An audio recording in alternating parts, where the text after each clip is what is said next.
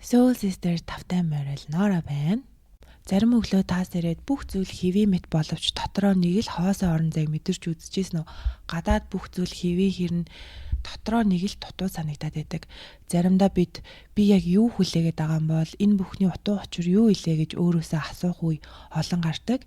Яг л хин нэг нь таныг дуудаад нэг зүйлийг хэлээд байгаа юм шиг хэрнээ та түүнийг нь ил ухамсараараа ойлгож чадахгүй байгаа мэт санагддаг.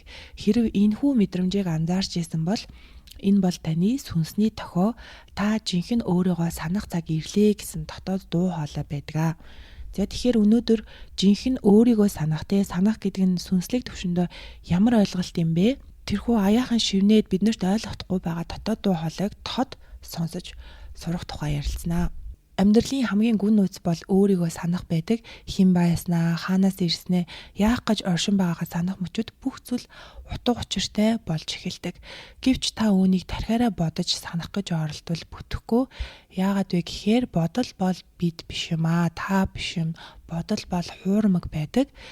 Бид бодолтой хэтэрхий автаж итгэж эхэлсэн тэр цагаасаа эхлээд төөрөгдөлд орж эхэлдэг. Өөрийгөө хинбэ гэдэг төөрөгдөлд ороод ухамсараа мартаж эхэлдэг. За тэгэхээр санах гэдэг нь яг юу вэ гэхээр та өөрийн эцэг эх хүүхэд найз учрал бүхэн ажил зүс царай зовлон гуниг бүхнээ өөрөө сонгож төлөвлөсөн байдаг энэхүү амьдралаа.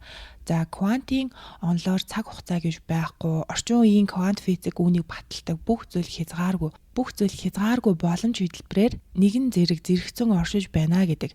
Та анхаарлаа аль нэгэн дээр нь төвлөрүүлэхэд л тэр зүйл бодит болдог. Таны хязгааргүй олон хувилбарууд хязгааргүй өөр та нэгэн зэрэг амьдарч туршиж байгаа гэсэн үг. Тэгэхээр нэг үгээр та аль хэдийнэ энэ амьдралаа амьдарсан бүхнийг туулаад энэ дэлхийгээс явчихсан гэсэн үг. Гэвч одоо энэ мөчөд та яагаад энэхүү 3D-д оршин байна вэ гэхээр өөрийгөө яагаад энэхүү сонголтуудыг хийсэн, яагаад тэр эцэг их зүс царайг сонгож төрсөн бэ гэдгээ буцаагаад санах шаардлагатай. Яагаад тэрхүү сонголтуудыг хийсэн бэ гэдгээ туршлагажиж үзэх гэж байгаа учраас өнөөдөр бид энэхүү 3D-д оршин байгаа бахнэ. Та одоо махан биетэй оршиж мэдэрч харж сонсож байгаа нь зүгээр нэг биологийн тохиолдол биш. Энэ бол тэр хязгааргүй оршуун талбайд өөрийгөө дахин санаж буй ухамсарын илрэл юм аа гэсэн үг. Тэгэхээр санах гэдэг нь болохоор өнгөрснийг дурсах бус хязгааргүй хувилбаруудаас нэгийг нь ухамсартайгаар сонгож санах үйл явц юм аа.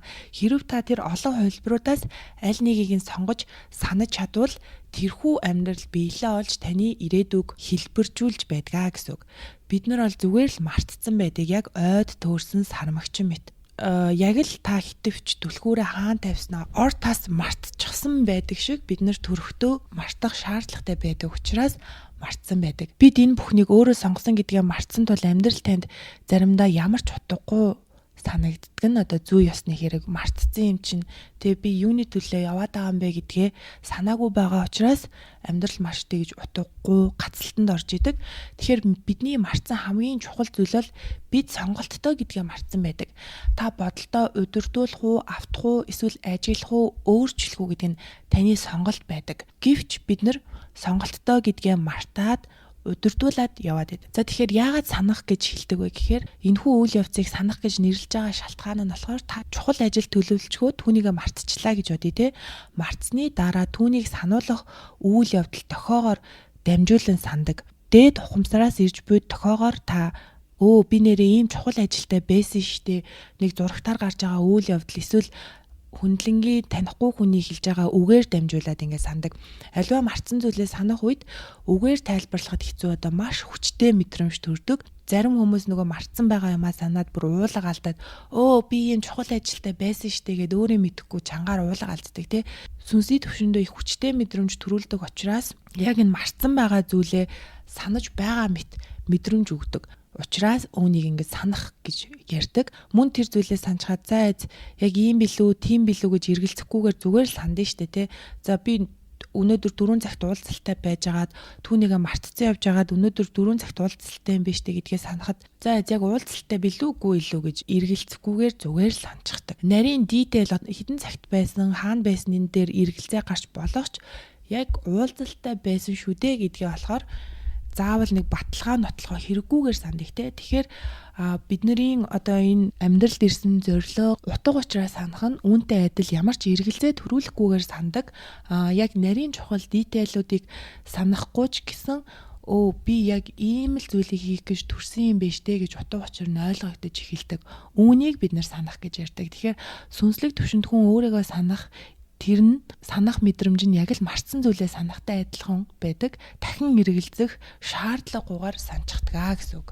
Энэхүү мартсан ой дотор төөрсөн сармагчин мэт яваад байгаа зүйлээ хэрхэн сандаг вэ? Заримдаа бид нэг зүйлийг мартсан байгаагаа мэдээд идэг те. За байж байгаараа яг энд байгаа гэл бодоод оюун ухаанаараа олъё гэд бодоод ах тусам тэр зүйл олдохгүй санаанд юусоо орж ирдгүү. Харин зүгээр за би яг юу мартсан болоо гэд асуучаад тайвшраад одоо цаг энэ одоо мөчтөө оршоод шүршүрд ороод дуулаад ой модонд алхаад явж байхад мартсан зүйл гинэт санаанд ороод ирдэг.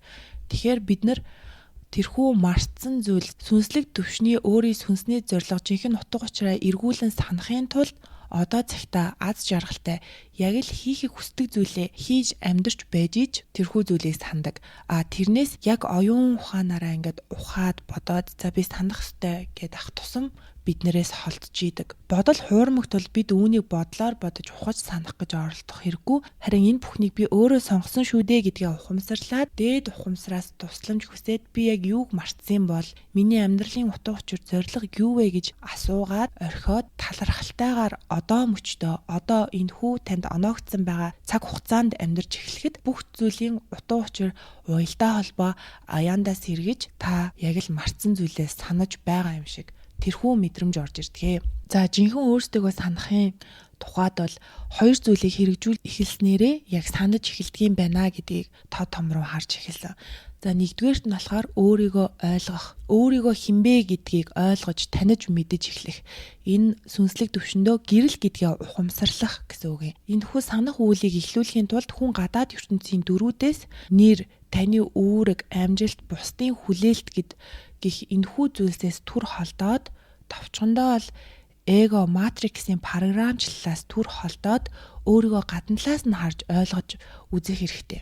Тэгэхээр энэ нь яаж вэ гэхээр надад үүсгэсэн байгаа те матрикс надад нэг дүр өгсөн байж тээ. За чи энэ хүү тоглоомын нэг хэсэг эдис чи бол ээж эхнэр хүн чи бол ийм байгууллагын дарга хүн гэдэг өчгсөн тодорхойлтноосоо түр өөрийгөө холдоод энэхүү бод гал энэхүү сүнс оюун ухаан бие гурвын цогц маань юу хүсээд юуг зориод явж байна вэ? Яг юу үйл тавтамжтай үлдээд байна вэ гэдгийг гадна талаас нь гэрэл тусгаж өөрийнх нь дотоод орон зай руу нэвтрэх шаардлагатай. За биднэрт ignorant байдал буюу үл тоох байдал байдаг. Энэхүү орон зай руу гэрэл тусгадаг хамгийн чухал зүйл бол тэрхүү үл тоогоод байгаа байдлыг зогсоох. За жишээ авч хэлвэл та ажил хийдэг ч гэсэн үргэлж аялмаар байдаг. Санамсаргүй байдлаар ч гэсэн хүмүүс аяллахын тухай харахад би ч гэсэн тийш явмаар л байдаг гэдэг ингээд ухамсаргүйгээр яриад хэлээд байдаг те. Би аялах дуртай гэхдээ ингээд амжихгүй байна гэдэг. Тэрхүү дотоод дуу сэтгэлээс гараад байдаг. Үргэлж ухамсаргүйгээр яригадад байдаг зүйлийг игнор хийж биш, тоохгүй өнгөрөөж биш нэг удаа ч гэсэн тэрхүү дотоод зүрх сэтгэлийнхэн дуу хоолойг дагаж үзснээр та үргэлж бүжиглэхийг хүсдэг бол нэг удаа ч ихсэн бүжгийн дугуйлан сургалтанд явж өөрөө зорж сурж үзснээр нэг удаа ч ихсэн тэрхүү дотоод сэтгэлийнхэн дуу хоолойнд хариулах буюу түүний дагуу үйлдэл хийснээрээ тэр дотоод сэтгэл рүүгээ гэрэл тусгаж таны одоо сүнс хилээд байгаа тэр зүрх сэтгэл хилээд байгаа тэрхүү дуу хоолой чангарах нөхцөл бүрддэг. Хэрв та тэр дотоод сэтгэлийн дуу хоолойг дандаа үл тоодог бол тэр чимээгүй болсоор байдаг. Нэг удаа ч ихсэн түүний төлөө үйлдэл хийх юм бол тэр чанга болж танд ойлгомжтой болж эхэлдэг. Тэгэхээр энэ ignorant байдал буюу хайнга түүнийг дотоод сэтгэл хилээд байдаг, түүнийг сонсохгүй царайлах, мэдрээд байдаг хэрнээ түүний төлөө үйлдэл хийхгүй байгаа энд байдал бол дотоод сэтгэлийн гэрлийг хааж идэг. Та хэн байсныгаа бус үнэндээ хэн болохоо ойлгож эхэлдэг хэрвээ ингэж чадвал яагаад ийм зүйл тохиолддог вэ? Би яагаад ингэж мэдэрдэг вэ гэх асуултуудыг хариулт нь зүн совин дотоод мэдлэгээр ирж эхэлдэг. Энэ юу вэ гэхээр энэ бол ухаарал, өөрийн сүнсний хэв шинж, зориг, тавтагдшгүй замаа таних үйл явц байдаг. Энэ дээр одоо өөрийнхөө нэг жишээ хэлэхэд нэг хэсэг би өөрөөсөө холдож өөрийнхөө гэрэл жинхэнэ мөн чанаруудыг дарж одоо дарагдуулдаг байсан. Жишээлбэл намаа ингээ багаас манд том хүмүүсийн ярианд оролцох дуртай ч гэдэг юм уу. Тэгж хэлдэг гэсэн аахгүй. Тэгээд би ингээ өсвөрнээс 20 эдэн наснда ингээ өөрөө тэрээга дараад би ингээ хүмүүсийн ярианд оролцохгүй байх ёстой юм байна. Би хэрэг туртай байх ёсгүй мэн гэд гэвч одоо ингээд ойлгосон тэрхүү хэрэг туртай байгаа том хүмүүсийн ярианд оролцоод байгаа шин чанар нь айгүй тийм амьдралын гүн гүнзгий философик зүйлийг ойлгохын тулд цаанаасаа тийм сониуч байдаг байсан. Тэг би тэр сониуч тэрхүү зан чанар нь үнэндээ миний гэрэлтэй альва зүйлсийг гүн гүнзгий судлах туртай байдлын маань илэрхийлэл байхад би түүнийг ингэж дарагдуулж өөрчилж даруухан хүн болох гээд ч юм уу үгээ ингээд илэрхийлдэггүй хүн болох гэж өөрийгөө их өөрчлөх гэж оролддог байсан. Тэгэхээр энэ өөрийгөө ойлгох, өөрийн гэрлээ ухамсарлах гэдэг нь та одоо хүмүүсийн шүүмжлэлтэй матриксийн програмчлалаас ирээд идэг танд шүүмжлэлтэй ханддаг, таныг шүүгээд идэг тэр зүйл яг үнэндээ таны онцгой гэрэл байдаг. Таны нүүр царайн дээр таны хамгийн таалагдахгүй байгаа зүйл бол бусдаас таныг онцолж байгаа хамгийн том гэрэл байдаг. Зөвхөн тэрхүү зүйлийг та ойлгох л шаардлагатай байдаг. Одоо яагаад миний хамар юм том юм бэ гэдээ ингээд шаналаад яваад идэг өсвөр насны хүүхдүүд байдаг те дүр төрхөө өөрчлөхийг хүсдэг, өөрийнхөө заяагтмал зүйлээ хүлээж авч чаддаггүй тэр хүмүүс байдаг. Тэгэхээр яг тэрхүү өвөрмөц таныг бусдаас ялгаж өгөөд байгаа гэрлээ таньж мэдээд яагаад тань заяагцэн те энэ өвөрмөц байдал таныг онцгой болгож байгаа гэдгээ мэдчих юм бол яг ойлгочих юм бол яагаад та үүнийг сонгосон гэдгээ санах юм бол энэ бол таны гэрэл байдаг. Тэрнээс нааш таны хүлээс болж идгаа гэдгийг ойлгох хэрэгтэй. За хоёрдугаарт нь болохоор хүлээн зөвшөөрөх буюу тэрхүү гэрлийг та нээж мэдэж ойлгосон бол тэрхүү гэрлийг бүр тод тусгах. Тэгэхээр энэ тэр гэрлийг тод тусгах нь юугаар ирдэг вэ гэхээр өөрийгөө хүлээн зөвшөөрөхөөс, тэр гэрлийг хүлээн зөвшөөрөхөөс ирдэг. Энэ их гүнзгий төвшин байдаг учраас зөвхөн одоо логик ухаанаар ойлгох нь хангалтгүй. Логик ухаанаар та өөрийгөө хүлээн зөвшөөрөе гэж хэлэх нь хангалтгүй. Энийг бол одоо surrender гэж хэлдэг те байгаа бүх зүйлсийг байгаагаар нь хүлээн зөвшөөрөх. Энэ дээр хүн өөрөөсөө илүү одоо өөрийнх нь гэрлийг ингээд таньж мэдээд байгаа хэрнээ бусдын гэрлийг таньж мэдгүйгээс болоод бусдыг өөрчлөхөд хүлээн зөвшөөрч чадахгүй байгаад байдаг. Тэгэхээр хамгийн нэгдүгээр та өөрийгөө гүн гүнзгий хүлээн зөвшөөрж өөрийнхөө гэрлийг гүн гүнзгий мэдэрч ойлгож чадсан бол бусдыг хүлээн зөвшөөрөх нь их амархан байдаг. Тэгэхээр энэ дээр бол нэг мантра бүр affirmation үг байна л да. Бид нар affirmation үгийг сонгож хэлэхдээ маш юм өндөр түвшинд хэлээд байдаг. Би төгс төгөлдөр. Тэгэхээр бидний тэр somatic awareness буюу би үүнийг хүлээж авч чадахгүй nervous system энд хариу урвал үзүүлээд байдаг. Би төгс төгөлдөр биш штэ гэдэг ингээд итгэхгүй те биеийн төвшөндөө айдас мэдрэгдээд байдаг. Хитрхи өндөр түвшний affirmation үгийг хэлэхээр би додоохондоо тэр өндөр түвшинд өөрийгөө санаж мэдрээгүй байгаа учраас тэрхүү үг үйлчилдэг. Тэгэхээр бид нар өөрийгөө хүлээн зөвшөөрөхийн тулд ямар үгийг хэлвэл сайн бэ гэхээр би төгс болоогүй ч гэрэл минь аль хэдийн дотор байсан гэдгээ ухаарж байна тий. Би төгс төгөлдөр болоогүй байгаа ч гэсэн би төгс төгөлдөрлөө тэмүүлж байна. Өөрийнхөө ингээд багахан хийж байгаа үйлдэлүүдийг дандаа урамшуулан шагнаж би одоо өөрийгөө бүрэн санаагүй байгаа ч гэсэн би санах аялалдаа явж байна гэсэн иймэрхүү утгатай affirmation батламж өгнүүдийг өөртөө хэлж байх хэрэгтэй те.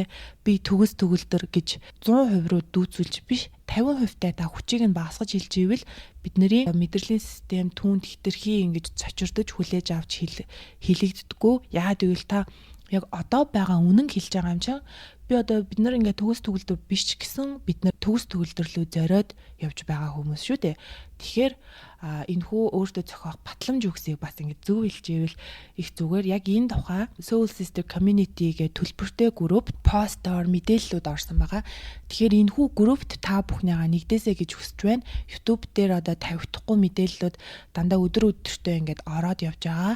Тэгэд 11 сарын 11-ээс төлбөр нь нэмэгдэх гэж байгаа. Хүн бүр ороход боломжтой 11,000 төгрөгийн төлбөртэй байгаа. Тэгэхээр 11 сарын 11-ээс төлбөр маань нэмэгдэх гэж байгаа болохоор та хэд маань амжаад ороорой. Группийн төлбөрөө хэрхэн төлөх болон хэрхэн орох линкийг доор оруулчаа. За тэгээд хүлээн зөвшөөрлөн дээр болохоор хүн өөрийгөө хүлээн зөвшөөрөх үед өршөөл хайр инрэл танд ирдэг. Хүний ер нь өөрийгөө хүлээн зөвшөөрөлт өөрийгөө уучлахаас эхэлдэг гэж ойлгох хэрэгтэй. өөрийгөө өршөөх хэрэгтэй. Бид нар энэхүү амьдралдаа ирэхдээ бүх зүйлийг өөрөө сонгож ирж байгаа, бүх зовлон бэрхшээл аз жаргалыг сонгож ирж байгаа. Тэрхүү бүх юм нутуу учиртай байдаг. Зүгээр л одоохондоо өөрийгөө санаагүй учраас бид нар өөрсдөө ингэж за би тэр үед тэгэх ёсгүй байсан, би энэ үед ингэх ёсгүй байсан гэж өөртөө өршөөл инэрлийг авчирч чадахгүй, өөрийгөө харааж идэг, өөрийгөө буруутгаж идэг. Гэвч сүнслэг төвшөндөө бид өөрийгөө санаад эхлэхээр ямар ч хар буруу буруутгал байхгүй. Энэ миний алдаа бүхэн намайг илүү дээд төвшин рүү, өнөөдрийн энэ ухамсарын төвшин рүү хүргэж байсан байна те. Ухамсарын төвшин өндөр болж ич л одоо энэ сүнслэг мэдээллүүдийг ойлгож авч хүлээж авах боломжтой болдог. Таны алдаа оноо болгон одооний энэ ухамсарын төвшин рүү хөтлөж исэн юм байна гэдг нь санагдаж эхэлдэг учраас энэхүү өршөөл инэрл уучлж чаддаггүй зүйлс бусдад гомддог гомдол тайлагдаж эхэлдэг. Тэгэхээр та уучлж эхлээд өөрийгөө хүлээн зөвшөөрж эхэлж байгаа бол та өөрийгөө санаж эхэлж байна гэсэн үг. Та жинхэнэ өөрийгөө утга учир, жинхэнэ сүнсний зорилгоо санаж эхэлж байгаа хамгийн том дохио шинж тэмдгүүдийн тухай ярилцъя. За нэгдүгээр synchronicity буюу гайхамшигт давтагдмал тохиолдлууд гарч ирдэг. За нэг хүний тухай бодож итэл тэр хүнээсээ дуудлага хүлээн авах, найстайгаа санамсаргүй таарах. За гинт таны төлөвлөж исэн ажил өөрчлөгдөх гэх мэт те санамсаргүй тохиолдол гэж хэлэхэд дэндүү гайхалтай зүйлсүүд болоод сэтгэлд нэг гэрэл асах шиг танд өөрт ч маш гайхамшигтай санагддаг те. Одоо сүнслэг байдлыг үгүйсгэгч хүмүүсийн хандлага ямар байдаг вэ гэхээр бүх юм утга учиргүй зүгээр л тохиолдол гэж хэлдэг. За эсвэл нөгөө талд бүх зүйл утга учиртай, таны дээгүүр нисэх шувуу хүртэл утга учиртай. Энэ бүгд болохоор decoded буюу зүгээр кодлогдсон байдгийн. Хэрв үүний нарийн утга учирыг тайлж чадвал энэ зүгээр нэг кодын хэл байд юм аа. Бүх зүйл утга учиртай гэж биднэрт ийм хоёр сонголт байгаа. Та нэгдүгээр бүх зүйлийг утга учиргүй гэж бодох, эсвэл бүх зүйл утга учиртай гэж түүний утга учирланд итгэх. За тэгэхээр нэгдүгээр тийм synchronicity буюу гайхамшиг тохиолдол давхцлууд илэрч эхэлнэ. За дараагийнх нь болохоор нөгөө ижил тоотой цаг маш их харж эхэлдэг. Ижил тоотой цаг харддаг нь юу болж байгаа юм бэ гэхээр та өмнө нь энэхүү ижил тоотой цагуудыг хардаг байсан үгүй л хардаг байсан. Яг одоо яагаад илүү их хараад байгаа юм бэ гэхээр таны анзаарах ухамсарын түвшин өндөр болчихсон учраас та тэрийг хараад байгаа юм байна гэдэг ил ухамсар тэрийг процесс хийх илүү чадамжтай болсон гэсэн үг. Тэгэхээр таны анзаарах ухамсарын түвшин өндөр болж байна. Та жинхэнэ өөрийгөө мартсан зүйлээ санаж эхэлж байна. Тийм учраас та энэхүү ижил төстэй тоонуудыг хараад байгаа. За та болгоноор болохоор ингээд ийм юм утга учиртай гэж тайлбарлсан байдаг. Гэхдээ тэр утга учираас илүү гол нууц нь бол таны анзааргын түвшин өсөж байна. Тийм учраас та танд л утга учиртай байх үз тэрхүү тоог илүү их хараад байна гэсэн үг. За дараагийн гол нэг шинж тэмдэг бол déjà vu. За déjà vu бол маш хүчтэй мэдрэмж байдаг тий. Өмнө нь энэ зүйл яг тохиолдож исэн юм шиг тэр мэдрэмж. Энэ бол та жинхэнэ өөрийгөө санаж байгаа хамгийн том шинж тэмдэг. Би ялангуяа энэ дөнгөж сүнслэг сэргэлтийг эхлүүлчихэд Монгол ирсэн багтаа бүр байнга ингээд déjà vu болоод тэгээ би тэр үед нэг л зүйлийг ойлгож ирсэн.